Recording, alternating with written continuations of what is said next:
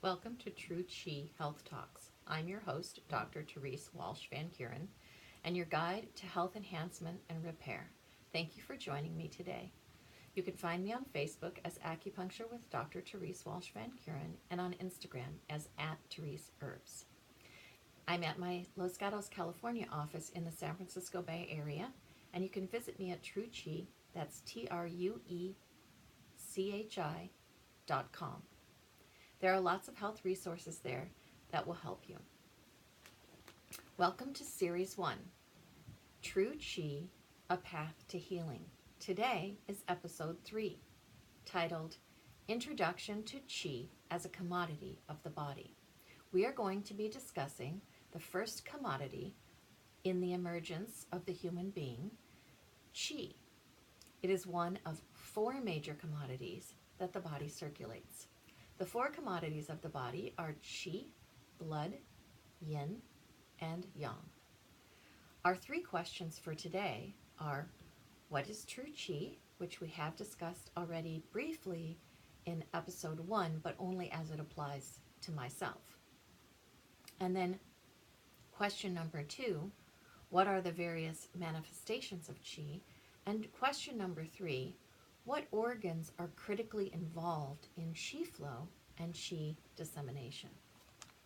Let's start with what is True Qi, the name for this YouTube channel and my website. Let's begin by breaking down the concept of Qi, and we'll answer the second question first. What are the various manifestations of Qi? Before we get to this idea of True Qi, that's QI or CHI, which means energy, vital force, life force, prana. There are many names for this force of life in different cultures, but the Chinese philosophy system of natural order is named, the life force is named Qi.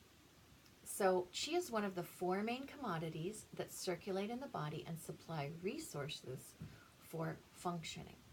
Qi, blood, Yin, and Yang are the 4 commodities, and we will spend one podcast on each of these 4 topics. Today, obviously, is Qi. The Chinese name Zheng, Z-H-E-N-G, is a certain compilation of all the strengths and all the synthesis of Qi flow behavior. There is really only one energy, one Qi, universal Qi. But in order to discuss all the various roles and influences and changes of behavior that Qi goes through, we have different names for each role or each change that Qi goes through.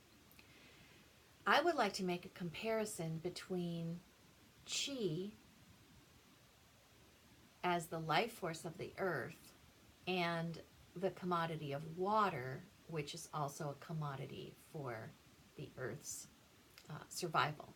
But if we compare Qi to water, we can see that water has so many different names.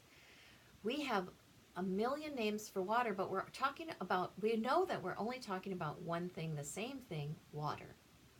So we have tap water, running water, swamp water, marsh water, stale water, standing water, pond water, lake water, ocean water, sea water, water vapor as in mist, fog, heavy clouds, clouds heavy with water, well water, spring water, river water, stream water, layered water, and so on and so forth.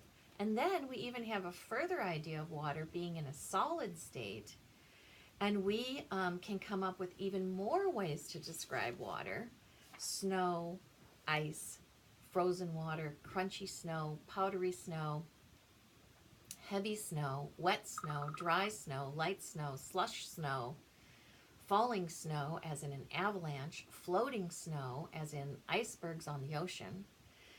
And in this same vein, we can see that all these different names for Qi, it's still the substance is still the same. It's still Qi, it's still life force. whether you call it Wei Qi or Ying Qi, it's still Qi. It's still the same Qi. So that's just an example to try to explain to you that idea.